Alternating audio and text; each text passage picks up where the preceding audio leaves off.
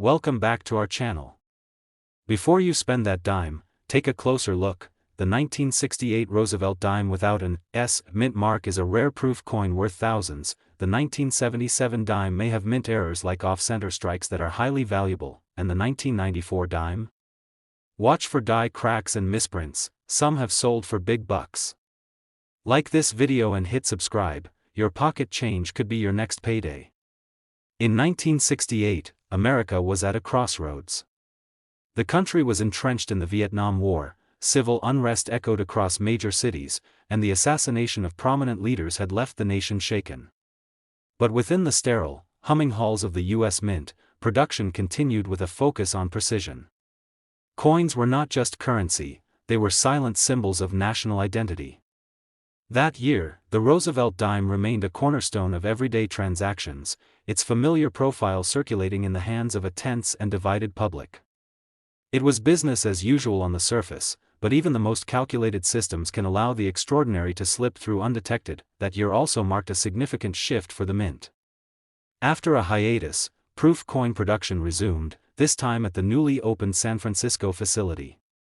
The transition was marked by a change in mint marks, and from 1968 onward, coins from San Francisco bore the S designation, while circulation coins came from Denver or Philadelphia. With these changes came new processes, new employees, and the opportunity, however small, for errors to be born under the veil of change and speed. The Roosevelt dime minted in 1968 was, at first glance, no different than its predecessors.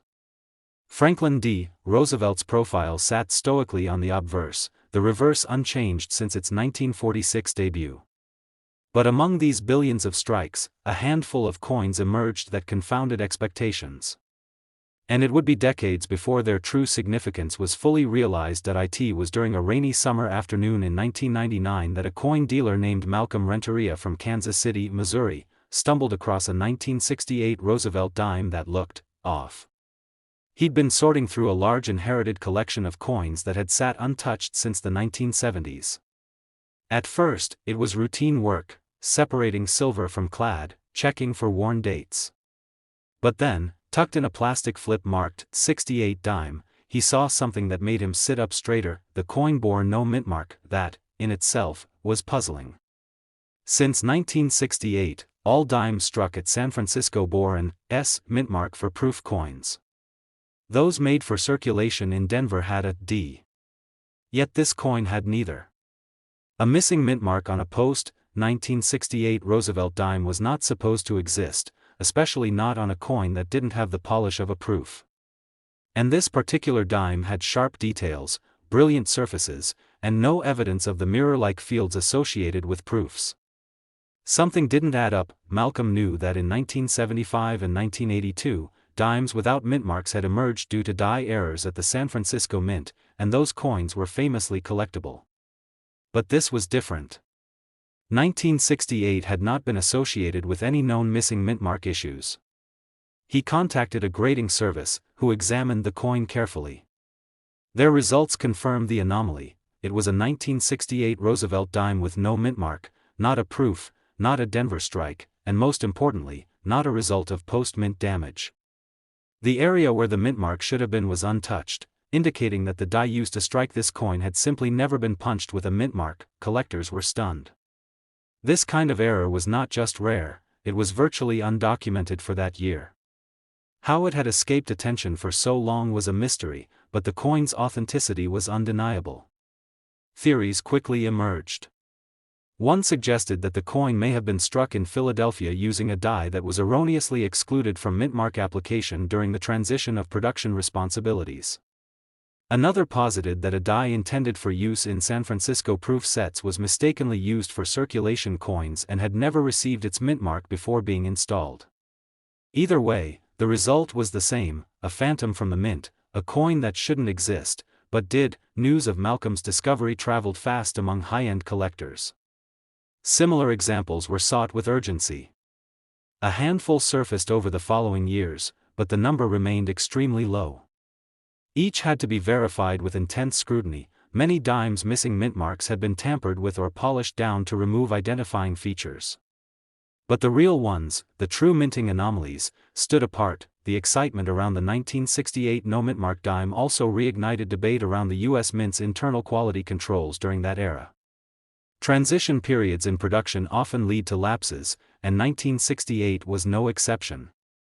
Between shifting proof operations, redesigning mintmark placement procedures, and training new staff in San Francisco, it became clear that the coin's creation was the result of a perfect storm of oversight. Collectors who once overlooked 1968 dimes began combing through their collections with renewed vigor.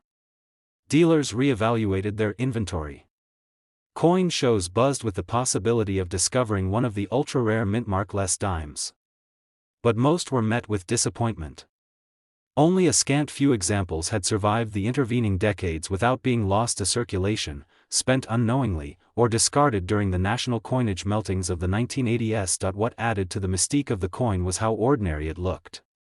It didn't shimmer like a proof, didn't exhibit wild misstrikes or dramatic doubling. Its power lay in absence, in the silent missing mark that separated it from every other dime of its generation. It was a coin that challenged assumptions, demanded careful attention, and rewarded those willing to look beyond the obvious. Even among modern errors, the 1968 no-mintmark dime is an enigma. It slipped past countless eyes, eluded categorization for years, and eventually emerged as one of the most valuable Roosevelt dime errors ever recorded. Not for what it showed, but for what it lacked, and today, that lack, the quiet space where a mintmark should have been, has elevated the value of an otherwise common coin to extraordinary heights.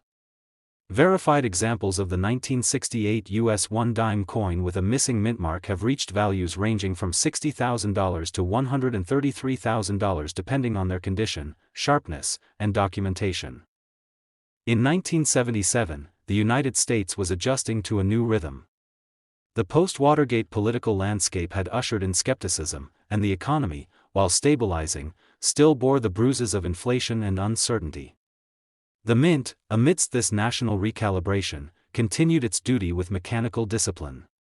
The Roosevelt dime, unchanged in design for decades, flowed from coining presses by the millions, small, dependable, and rarely noticed. But somewhere within the Denver Mint's expansive halls, something happened that no one saw coming. A dime was born that would later stir disbelief and fascination, not for what it displayed, but for the peculiar way it defied expectation. That dime moved through the system unnoticed. There was no reason for alarm, no flaw visible to the naked eye from a distance. It clinked into bags alongside its identical siblings, shipped out to banks, and entered the flow of everyday commerce. For years, it passed from one pocket to another, from gas stations to grocery counters, until it found its way into the home of an amateur coin enthusiast named Harold Stratton in Wichita, Kansas. Harold wasn't a professional by any means. His collection was small, mostly pennies, nickels, and state quarters gathered from change. It was a quiet hobby, something that gave him peace after long days working as a high school janitor. One evening, he sat at his kitchen table with a small magnifying glass and a bowl of coins from his daily pocket dump. He didn't expect to find anything, but the routine had become a comforting ritual. When he picked up the 1977 dime, something about the date caught his eye. The numbers seemed slightly unusual. The curvature of the sevens appeared faintly doubled, almost ghosted. He flipped the coin, studied it under the lamp, and realized the reverse looked off too. The torch and surrounding branches weren't misaligned, but there was an odd blurring at the base, an inconsistency he couldn't place. He set the coin aside. The next day, Harold took the dime to a local dealer who had been in the business for over 30 years. The dealer's reaction was immediate. Under magnification, the date revealed classic signs of a dramatic doubling, on both of the sevens and portions of the nine. The doubling wasn't caused by wear or a damaged die. It was distinct, clean, and diagnostic. The obverse wasn't alone. On the reverse, the motto, E pluribus unum, showed subtle doubling too, especially on the letters, PLUR. This wasn't a common error. This was a double die, an error where the die itself carries a duplicate impression due to a misalignment during its creation. And in 1977, no official record of such a double die Roosevelt dime existed in mainstream coin catalogs. If legitimate, Harold's coin was not just rare, it was potentially the first of its kind publicly known. The coin was sent off for grading and attribution. Experts examined every contour, each ridge, and the alignment of the devices on both sides. The verdict was unanimous: a true double die. A small handful of similar examples began surfacing once Harold's story made its way into a quarterly numismatic journal. Word spread quickly in collector circles. These weren't mechanical doubling cases, where vibrations during striking can mimic the look of a double die, but actual die errors, originating during the hubbing process, which was meant to be flawless. The 1977 Roosevelt dime error quickly earned a reputation for being elusive. Unlike some errors, which are dramatic and easily spotted, this one required a trained eye. Many collectors likely passed over the dime without realizing its true identity. That was part of the magic. It lurked in the open, disguised by subtlety, waiting for someone like Harold to notice it. More intriguing still was how such a double die error occurred in 1977. By that point, the Mint had refined many of its processes. Die hubbing was more precise. Quality control was increasingly rigorous.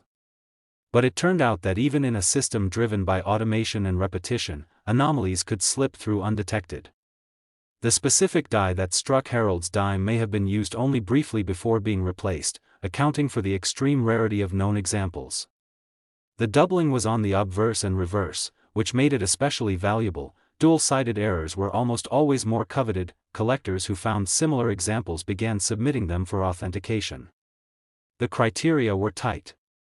Only a few passed the test. Each was given a unique variety number and certified as part of an exclusive club of mid-20th century Roosevelt dime anomalies. Auction houses began to include these coins in special error categories, where they commanded intense bidding activity. What fascinated many was how such a seemingly insignificant coin, a dime from a year with no commemorations, no major design shifts, and no circulation disruption, could carry such weight in the numismatic community. But therein lies the appeal of coin collecting. It is not always about the most beautiful, the shiniest, or the oldest. Sometimes, it's about the smallest flaw in the most overlooked place. A hidden narrative in a 10-cent piece that once lay idle in a janitor's pocket. The thrill spread. Collectors combed through rolls of 1,977 dimes in hopes of catching lightning in a bottle. But few did. The doubling on Harold's coin and its verified counterparts was subtle enough to escape detection but significant enough to electrify the market. Some claimed to find others, but most proved to be machine doubling or post-mint damage, only confirming how precise and rare the real error truly was. To this day, the 1977 double die Roosevelt dime remains one of the most elusive and captivating finds of its era. It's a coin that bridges the line between accidental imperfection and manufactured history, offering a reminder that even in a world of mass production, uniqueness can still emerge. And for those lucky enough to discover it, the reward goes far beyond the face value stamped into its surface. Authenticated examples of the 1977 US 1 coin with the double die error now command a collector's market value ranging from $50,000 to $110,000, depending on condition, luster, and clarity of the doubling. In 1994, the United States Mint was deep into an era of refined automation. Technology had reduced the margin for human error in coin production, or so it seemed. The Roosevelt dime, a steadfast presence since 1946, continued its unassuming role in commerce. It was dependable, consistent, and ubiquitous, so ordinary that hardly anyone looked at it twice. But that very predictability made the 1994 dime's unexpected error all the more electrifying when it finally surfaced. It was a mistake so subtle and strange that even seasoned collectors couldn't believe what they were seeing. Somewhere within the Denver Mint that year, amid the endless cycle of blank planchets and roaring coin presses, a miscalculation occurred. A die was prepared, tested, aligned, and used in production. But something about this die was different. Whether it was a misalignment during hubbing, a rotation that went unnoticed, or a freak defect during engraving, what emerged from it would be one of the most quietly baffling errors of the Roosevelt series. No one at the Mint noticed it at the time. There were no alarms, no rejected batches, no raised eyebrows. The coin went out into circulation, mixing seamlessly with the millions of dimes struck that year. And for a long time, it remained buried in the flow of everyday transactions, passed over in vending machines, stuffed in change jars, forgotten at the bottom of purses. Years later, in a small coin shop in Syracuse, New York, an elderly man named Victor Hale brought in a bag of coins. He wasn't a collector himself. The coins had belonged to his brother, who'd passed away months earlier. The dealer, a woman named Elise, began sorting through them, expecting little more than silver dimes and wheat pennies. But then she found something odd. A 1994 dime, at first glance, perfectly normal, until she turned it under the light and noticed that Roosevelt's profile looked slightly ghosted. Under magnification, it became clear the coin had been struck with a rotated die. The obverse and reverse were misaligned, not drastically, but enough that the orientation was visibly skewed. Roosevelt faced upward at a slight angle rather than the usual leftward position when flipped vertically. It was a classic rotated die error, but what made this particular coin extraordinary was the presence of a faint doubling on Roosevelt's ear and jawline. The mint had produced a coin that was both rotated and doubled, two errors in one, hiding in plain sight. Elise immediately pulled the coin from the pile and began a deeper inspection. The reverse torch, too, showed signs of spread in the flame's tips. This wasn't machine doubling. The lines were clear and distinct. The doubling was present in the devices, not the lettering, which made the discovery even rarer. She contacted a national grading service and submitted the coin. Within weeks, it returned certified and labeled with two words that caused a stir in the collecting community: rotated die, ob/rev, and double die obverse. Experts were stunned. The Roosevelt series had known errors, off-center strikes, die cracks, and some doubled dies, but the combination of rotation and doubling in a 1994 dime was previously undocumented at this level. This wasn't just a misalignment or a mechanical blur. It was a coin that told two stories at once, one of a misoriented die, and another of a flawed hubbing process. The fact that these two errors occurred simultaneously on a modern coin made it a mystery no one had anticipated. News of the coin spread quickly. Photos circulated in coin forums. Some believed it was a fabrication, a post-mint manipulation, but certified grading silenced those doubts. Others began digging through their own 1994 dimes, hoping lightning might strike twice. A few claimed to find similar examples, but none matched the clarity and extent of the original. Most turned out to be standard rotations or minor machine doubling. Interesting, but not historic. Collectors began calling the coin the Tilted Roosevelt, a nickname that captured both the rotated orientation and the subtle distortion of his profile. It became a coin of whispered conversations at shows, a holy grail of modern minting mishaps. Auction houses took notice, especially as the coin's photographic evidence gained popularity in digital numismatic archives. Its uniqueness wasn't just in its appearance, but in the timing. 1994 was not considered a hotbed year for errors, and that made the find even more electrifying. Some numismatists speculated that only one die pair had been responsible. The rotation likely occurred after the hubbing error, when the obverse die was installed at an incorrect angle. If that pair was pulled early due to the irregular results, very few coins would have been produced. It explained the rarity and gave collectors a reason to search every 1994 dime with fresh eyes and renewed hope, but what no one could have predicted was the twist that emerged just a year after the original discovery. A second example surfaced, not from a dealer or a collector, but from a teenager in Oregon who found it in a drawer full of change while helping his grandfather clean out an old fishing cabin. The coin had the same rotated die alignment, and faint, but matching, doubling on the obverse. It had sat forgotten for over 2 decades, waiting for the world to catch up to its quiet anomaly. Its discovery confirmed that the error was not a one-off.